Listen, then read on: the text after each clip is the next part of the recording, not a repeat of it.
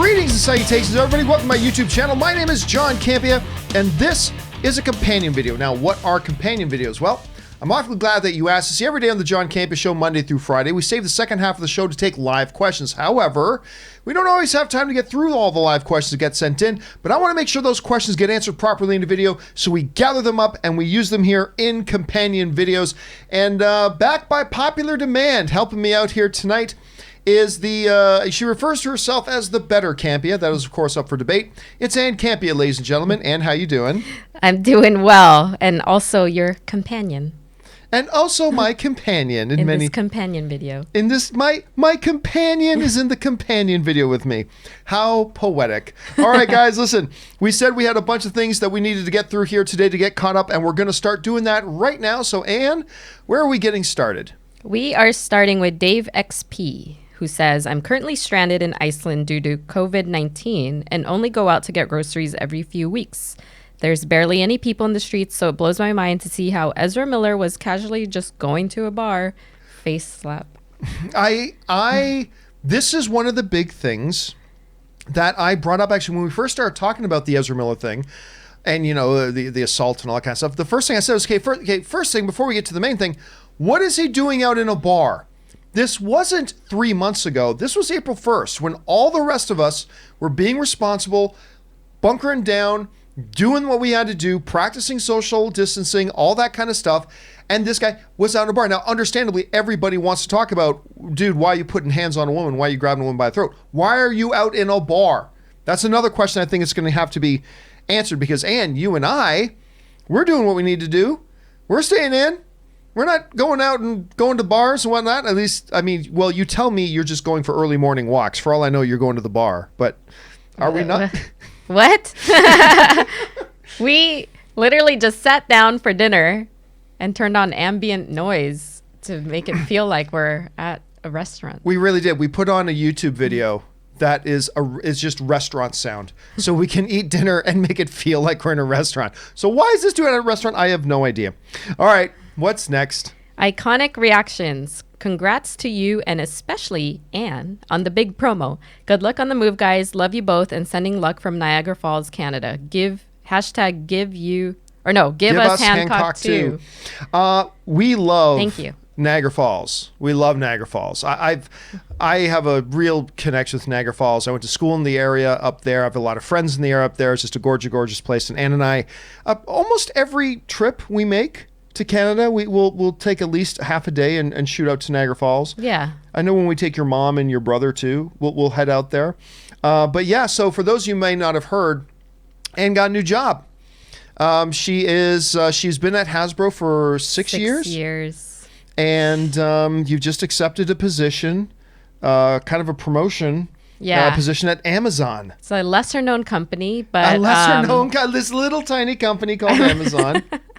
Really excited, really nervous, but I'm looking forward to it. It's going to be great. Fortunately or unfortunately, it's in Seattle, so that means there's going to be some commute. Remember, the stuff with RDJ was the show he was working on when it happened. They fired him, and that doesn't mean he can't come back later working on something else. Absolutely, but I guarantee you this: if what had happened on Ally McBeal happened when they were doing Iron Man, he would have lost the Iron Man gig. Just that simple. If they were making Iron Man 1 and all of a sudden all this crap started to happen, they would have dumped him and got somebody else. And then years later, he would have gotten something else. So yeah, I don't believe Ezra Miller should be blacklisted from Hollywood forever. Not at all. But in an industry of image, while you're supposedly supposed to be working on Flash and this other thing, I don't see how Warner Brothers keeps him on right now. There's a path to come back later. But I think just like the RDJ situation, they had to let him go. And then later on, when he rehabilitated himself, his image, and got his life back on track and all that kind of stuff, then he got another chance, and he made the best of it. I think Robert Downey Jr. is a great example, a fabulous example of how a celebrity can have public struggles, even if they're self-inflicted, and have a path back. I think he's a great example of that, and he really turned his life around. Anyway, that's just that thought. All right, what's next?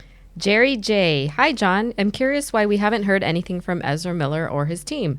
I think, luckily for him, this pandemic may be his saving grace. I think right now it is luring them into a false sense of security that no one's going to be talking about this. But guess what? Once the corona stuff pipes down, this whole thing will come back up again. As soon as they start talking about Ezra Miller in Flash again, this will all come back again full force. Again, I think, and I don't know this for sure, I'm just speculating, just like everybody else, I'm just speculating. I think the reason they haven't talked about it is because they're adopting let's just see if it all blows over. That's instead of coming out and being penitent and, addressing it head on like a man, I think they're trying to adopt the whole let's just stay quiet and hide in the bushes and hope it all blows over. I hope I'm wrong about that, but that seems to be the approach that they're taking. All right, what's next? Daniel Hinojosa says, best, worst movie podcast ideas, Pixar and sports. Actually, we have talked about doing a Pixar one and sports. Now, of course, it's been really difficult to get best movie. We were only going to do about 3 more episodes for this season, and then everything kind of cracked down and life went kind of crazy. But we will get back to doing those last 3 episodes of best movie, worst movie.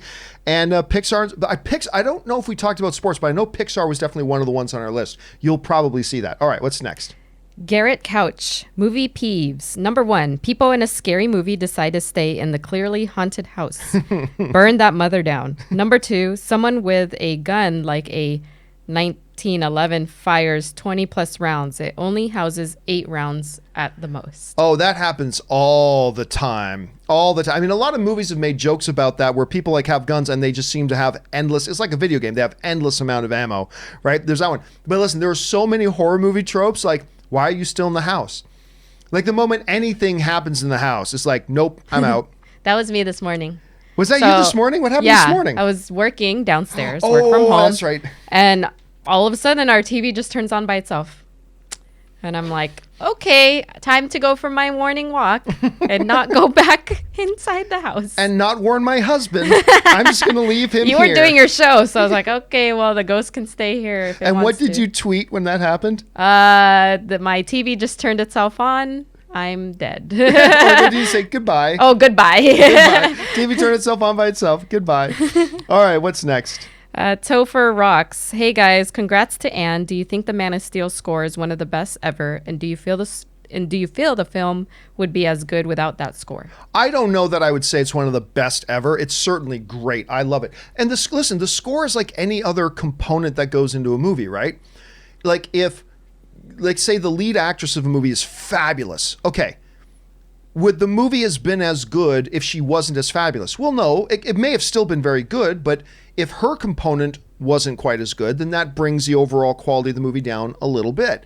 So no, yeah, if the score for Man of Steel wasn't as great as it is, then the movie still would have been great, but it would have been a little bit less great.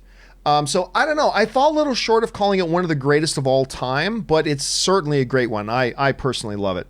All right, what's next? MP. If AMC re-release films like Avatar, Infinity War, Endgame, or Interstellar, should it be included with A-List? Can they not afford it? Hope they reopen. I completely believe that they would make it. They would make A-List a part of it because listen, once they reopen, the whole notion is going to be get people back into the theaters. Get people used to coming back to the movie theaters again. Get people in the habit of coming back to the theaters. And if you suddenly excluded A-List, that would be counterproductive to that goal. So yeah, I absolutely, because you use A-List to get people in the theaters. Well, now they're in the theater. Now they're buying popcorn. Now they're buying soda. Now they're buying, if you're Ann, you're buying chocolate covered almonds. Now you're doing all that stuff. So I absolutely 100% believe that if AMC ever opens their doors again and they open it up with cataloged movies, which is probably what's going to happen for the first few weeks. Yeah, I do believe that they'll completely have A-List up and running. I completely believe that because it just makes good business sense for them to do it. All right, what's next? Jesse Price. Hi, John and Rob, or Anne. Yeah, Rob's not here right now. I saw that Warner Brothers is thinking about replacing Ezra Miller as the Flash. What are your thoughts? Also, it's my birthday today. Oh, well, happy birthday, Jesse. Yeah, it's a foregone conclusion. I believe it's a foregone conclusion. Again, barring new information comes to light that we don't know about that completely changes our perception of that incident, which could happen. But barring that, Warner Brothers, I'll tell you this right now, Warner Brothers is not considering whether dropping Ezra Miller. Right now, Warner Brothers is just trying to figure out how they drop him. They're just trying to figure out, do we just recast him? Do we just cancel the project for now? Blah, blah. That's what they're thinking about right now. So yeah, it's again, this is an industry of image, and it's Ezra Miller did this Ezra Miller did this to himself. He's got nobody to blame but himself. Warner Brothers has to do what's best for Warner Brothers. And you're just going to drown your film in a lot of controversy and a lot of angry people, and you're going to turn a lot of people against you if you move forward with that. So it is unfortunately that. So I think they're not thinking about replacing him. They're trying to decide whether to replace him or just cancel the whole thing. I think that's the discussions going on there right now. All right, what's next? NR99, have you ever considered broadcasting the show as a podcast? Some YouTubers film their live shows on YouTube, then convert the audio to upload as a podcast. Is this something you've ever considered? Well, I used to do that. Years ago. But then what we did was we made the podcast. The podcast has been available for a long time. We've only made it available to our Patreon supporters. So we have a great group of Patreon supporters. And if you're not a Patreon supporter, go over to patreon.com/John Campea, by the way. We've made it as a perk to our Patreon supporters. But just recently, actually yesterday, we put out the podcast again. We've made I consulted with our Patreon supporters, and our Patreon supporter says, yeah, open it up for everybody. Let everybody have the podcast. So that's what we did. The podcast is now out and available, a daily podcast of the YouTube show. Just go to your favorite podcast service of choice and just search for John Campea Podcast, and you should be able to find it. So go and subscribe today. All right. Thanks a lot for that. What's next? Deadlock Moon, one of two. This week, a viewer claimed Prometheus ruined the Alien franchise. I think it should have ended with Alien 3, which was a perfect, although bleak, finale to the series. Why didn't Fox just stop there? And what's 2 of 2? 2 of 2. Alien 3 is my guilty pleasure, as is Carolyn Monroe in Star Crash. I know why Rob loves this film. It had so many great ideas, but no budget. I mean, listen, you can ask that question, but it's the same thing a lot of people asked when they were going to make Godfather 2. Whoa. Godfather's like one of the greatest films of all time. Why are you making another one?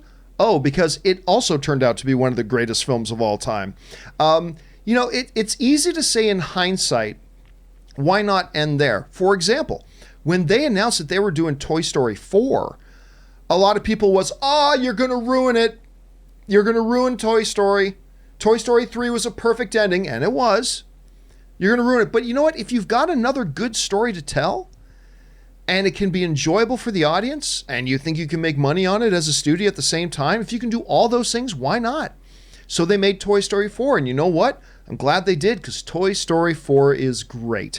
Quite as good as Toy Story 3, I don't think so, but it was great. So they went back to the Alien franchise because Alien was a popular, IP. They thought they had a good idea to make new ones, and they thought they could bring the audience back to the theaters again for it, and so you take a try. It didn't work out so well. I mean, a lot of people love Prometheus. I did not, and that's okay. But, that doesn't mean you don't take a try at it. Making a good movie is really, really, really hard. But, some of the greatest movies of all time have been sequels to films that were great.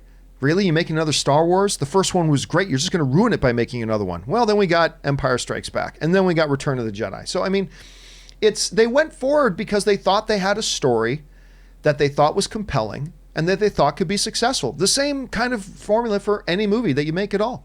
All right, what's next? Coolsome XD, he, him. Rob, where did you get the Prisoner book in the BG? Oh, Rob, I don't know where specifically he got that, but Rob collects everything. Like everything that strikes him as being, oh my God, that's cool. Whatever format or wherever he is, he will pick it up. So he's got a lot of cool stuff in his Robservatory. He's got a lot of cool stuff in there. All right, what's next? Taj and Cars. Someone wrote in yesterday that they bought 1,000 shares of AMC. And I was like, yay, somebody else just bought some AMC stock too. Let this post be a call to all of us movie fans to buy in now. You know what? Honey, it's tempting. Yeah. Because, okay, AMC this year, let me see if I can pull this up. AMC this year, where did it go? There it is. Okay, I'll say AMC Theaters stock price. Earlier this year, AMC Theaters was trading at $19 at one point. I'm looking on my Robinhood right now. The other day, it dropped down as low as $2.86. Now, right now, I think today it closed at $3.30. So, I don't know. It's tempting because here's the thing. Now, listen. Do not listen to what I'm saying as financial advice. I am no financial expert. I'm an idiot when it comes to this stuff. I'm just saying, as an idiot, it's very tempting to me because I feel like if tomorrow they announce that, guess what, a new Chinese group is going to come in and infuse a bunch of cash into AMC and they'll be back up and running when this crisis is over. Or, you know what, 6 of the major movie studios got together and they're going to float AMC theaters so they can open their doors again and get back on their feet. If any of that stuff happens, I have a feeling this stock will like double. Yeah. I mean, it's really cheap right now. I'm like tempted to like buy like 500 stocks or 1,000 stocks or something. Yeah. I don't really have the money for it. I find it hard to believe that they would just go bankrupt and go out of business. But they're $5 billion in debt. I know. And they're loose, and they're getting worse and worse by every day that they're closed. It's so hard to imagine. I mean, I think they'll open up again, but listen, dude, I'm with you. I am very, very tempted to scrounge together whatever money I can and buy those stocks. I am tempted to do it. Okay, what is next? Zach Taylor, do you think that they'll ask for a bailout from the U.S. government like the airline and cruise line industries? They already have. The theater industry has already been lobbying the government, and because it looked like a lot of other industries. If these theaters go out of business, it is a domino effect, a cascade of, okay, fine, theaters go down, but who else does that affect? What about all the suppliers, all these companies that supply movie theaters? They just lost their biggest clients. Now they go out of business. The studios, these billion dollar companies that's like, oh, we've got nowhere now to show our movies and we're only going to get pennies on the dollar if we put it on streaming. Now they're in trouble. We're talking about hundreds of thousands of people and their jobs and stuff like that. So NATO, North American Theater Organization, North American Theater Owners, they have already been lobbying the government for that. And I think the government is going to give them some sort of a break. I'm not quite sure how or what, but yes, I do believe that they already have started lobbying the government, and I completely trust that they are going to continue lobbying the government. All right, what's next? David Rivas, this is one of 2. Hi, John. Not sure if you ever talked about it or not, but I recently watched the Netflix show Messiah, and I must say I was highly impressed. I was apprehensive because I feared it might bash me over the head with religious ideologies, but I was pleasantly surprised. It did not side with any one religion, and there was such a mystery around the main character. Kept you guessing up until the very end. Now, due to the coronavirus, they canceled the 2nd season. I'm so sad. Have you ever seen it? Have you seen it, Sonny? I've been recommended it. I haven't watched it yet. I have been recommended it too. I've had people telling me that it's actually pretty good. It just looks weird to me, but sometimes some of the best stuff is stuff that looks weird. But so I haven't seen it all. I agree. It looked like I tend to shy away from the stuff that tends to get very religious, either preachy religious or anti-religious. I don't like either. I consider both things preachy. Like preachy pro-religious, preachy anti-religious. Both of those kind of turned me off.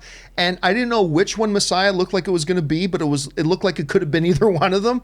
So I shied away from it. But yeah, I have had people tell me it's actually pretty good. So thank you for the recommendation. It might be one that I just might have to check out because I'm hearing some really good things about it. Thanks for the recommendation, David. All right, what's next? Kay and Dev reactions. Hello. Finally saw Inception for the first time last month, and holy crap, I love this film. Absolutely great. I'm not sure why I waited to watch it. 10 out of 10. You know, other than obviously The Dark Knight, which the vast majority of people would say is Christopher Nolan's best film, there are also a good number of people that would say it's Inception. Look, and I talk a lot about how the very, very, very ending of Inception drives me a little nuts, but forget that. The movie is brilliant. It's visually stunning. Its narrative is deep and complex. It's got a fantastic killer cast, top to bottom. It really is Christopher Nolan showing off his, like, really flexing. It's really Christopher Nolan flexing some of his really deep creative muscles. It's absolutely fantastic and fabulous. And I'm glad you had a chance to get caught up and check it out, Kay. All right, what's next? NKS432. I think that's recommendation. The Omen, 1976. Oh, yeah. Billy Whitelaw versus Miss Baylock. That is, I can tell you right now, that is one of Rob's favorite movies. He whenever we get into any sort of deep conversation about horror or horror films, he always goes to The Omen, and it's really good. It's not my top 5 like favorite, but it is really, really good, and I quite enjoy it. But it is one of Rob's absolute favorites. All right, what's next? Star Wars rocks. Hi, John. I was just wondering if the Disney Plus release date for Gibraltar has been delayed because we're a British overseas territory, but we're also right next to Spain. So I don't know when we're getting it here. Yeah, Disney Plus has been rolling out internationally. As a matter of fact, we're going to be talking about this on the John Campea Show tomorrow. They just crossed 50 million subscribers, which is where they were hoping to be by 2024. So they're ahead of schedule. But it's still not in every territory. As far as Gibraltar, we were just watching like a docu-TV series that was taking place in Gibraltar. Did we not? We were? That food one with the soccer Netflix player? The one? Netflix food one with the soccer player who owned the restaurant? Oh, well, I can't remember where they were. I think it was Malta. Gibraltar. Was it Malta? Yeah. Oh, I thought it was Gibraltar. Okay, so anyway, I stand corrected. But there you go. But honestly, I don't know. Clearly, they're not in every market yet. There's still license issues they got to work out, and they're going to roll out. So I'm going to assume it shouldn't be too much longer because they have started their extensive international rollout. So it shouldn't be too much longer. But quite frankly and honestly, I don't know the answer to that. But I hope for your sake, I hope it's pretty soon because they got some really, really good stuff on there. All right, what's next? All Metal Mike, John and Rob. Check out 2015's Man Up with Simon Pegg and Lake Bell. Great relationship movie. Both leads act great. Funny story and romantic ending. I love Simon Pegg, and I love Anne Makes Fun of Me. That's on his list. Lake Bell. She's Poison Ivy. That's right. She's the voice of Poison Ivy in Harley Quinn. in the Harley Quinn series. That's right. Because you and I both thought it wasn't her. I thought it was. We thought it was not Felicia Rashad. Rashida Jones. Rashida Jones. Yeah. We both thought it was Rashida Jones. But then we found out it's Lake Bell, and I love Lake Bell. I never did see, which is surprising. I never did see Man Up because I don't know why I didn't. Because I love Simon Pegg, and I love Lake Bell. Ooh, and you know who else is in it? Phoebe Waller-Bridge is in it from Who's that? She's just had the most popular TV show in the world that she also starred in. Fleabag? Fleabag. Isn't Oh, that hell the yeah. Fleabag girl? I Yeah, think that's her. So apparently she's in that too. I never did watch this, Okay, but we have to watch you know that what? I'm a sucker for a good romantic comedy. Me too. And so this is one I should totally get caught up on. So yes, I'm going to add that one to my list. Thank you for the recommendation on that. I'm putting that one back on my radar. All right, what's next? This is a placeholder name. Go 1999 is a great hidden gem thriller movie. That was one that was directed by Doug Liman, and it had what's her name from Batman Begins? Katie Holmes was in that, and I remember William Fichtner was in it too, and a bunch of other people. I wasn't that up on it, to be honest. I wasn't that thrilled with it. I remember I watched it the once. I was like, okay. I didn't hate it, but I remember watching it the once and going, and kind of moved on from it. I never watched it again. But, you know, I've got another buddy of mine in Canada who actually I got a buddy of mine in Canada who had the poster of Go up in his apartment. He liked it so much. But yeah, for whatever reason, for me, it just never worked that well. Did you ever see that one? It's an older one. No, I'd have to see the poster. All right. I can't even think about what that movie is right now. All right. What's next? Gerard Butler watches your show? Woohoo! Gerard Butler, speaking of Crank, thoughts on Gamer. It's a guilty pleasure, another Neville Dean and Taylor film, has some social subtext and entertaining villains, but is also a spastic and occasionally vile mess. Has your buddy, and also Anne's future husband, Milo Ventimiglia, as a rather questionable dude? Yes, Gamer. Okay, so full disclosure, I consider both Mark Neville and Brian Taylor friends. They are responsible with Milo Ventimiglia. They're the three dudes who are responsible for Ann and I meeting. And I didn't like Gamer. I'm a big fan of these guys. I love their work and I love their style and what they do to the films. And I was very excited about Gamer. But Terry Crews has got a really funny scene in it, by the way. And Milo Ventimiglia plays a very questionable dude in it. And I think that's the one. I think that's the movie that Mark met his wife on. I think that's where that him and his wife met, was making that movie. And I got to be honest with you, it never really did work for me. I don't remember if you ever saw Gamer. Did you ever? I did. Of course I saw it. Oh, of course you saw it. It's got Milo. What am I saying? Come on. The lead kid at the time Logan or whatever. Logan Lerman? I thought Wasn't it the Percy Jackson? It was the Percy Jackson Yeah. kid. Yeah, I like him. I thought he was gonna go way far right after that movie. I thought he was and gonna then be huge. Then he like sat quiet for a very long time. So, but yeah, I think they tried to do a lot of things in that movie. They didn't all work. It's just a little too hectic, I think. I'm a big fan of their style of movie making. For whatever reason, that's the one on their list that didn't quite work for me. So, is what it is. All right, what's next? Ma La. Hi guys, do you think they will remaster Thanos in Avengers and Guardians of the Galaxy to match Infinity War and Endgame, like what they did with Star Wars? No, there's no need to, and there's no point. Why would you invest any money in something that everybody's perfectly fine with? So honestly, no. I mean, look, I wouldn't say it's a dumb thing to do if they decided to do it, but really, what's the motivation to do it? You know, everybody already bought the movies. Everybody already loves the movies. There's no major contradiction in it to what we got with him in Infinity War on any real or significant or palatable way. So I'm going to guess no. I just don't see any reason why they would. There's no compelling reason in my opinion. So probably not. But again, if they announced they were doing it, I wouldn't be against it. It might be kind of cool, but I just don't see any practical reason why you do that. All right, what's next? TLC and AZ. So my guess is that in a year there will be a Campea compound in Seattle area with Anna, Ray, and your mother-in-law. What about? I think that Korea? meant Korea. Corey? Or is that supposed to be Corey? I think so. Korea. I'm going to call her Korea now. Yeah, when she comes over tomorrow, I'm totally going to call her Korea. Hello, Korea. And she's going to have no idea what we're talking about. She doesn't even care. I mean, we haven't talked about it, but I mean, I think there's probably a good 50% chance your brother probably comes and moves in with us in Seattle. Who knows? And then eventually, I don't know, maybe your mom and Corey will come out and visit and all this kind of stuff. But I haven't really worked out the details yet. We are still away. Like the fact of the matter is, Anne starts her job Monday. Mm-hmm. But all offices and everything in Seattle are shut down. So there's a very good chance Anne could be here like for the next 2-3 months, maybe more.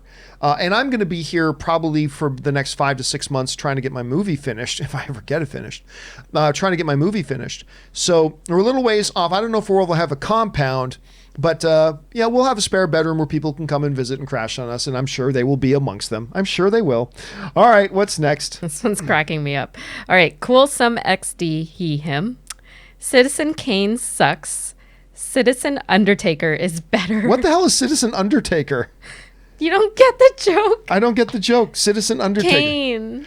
Oh, Undertaker and Kane. Citizen Kane. Okay, yes.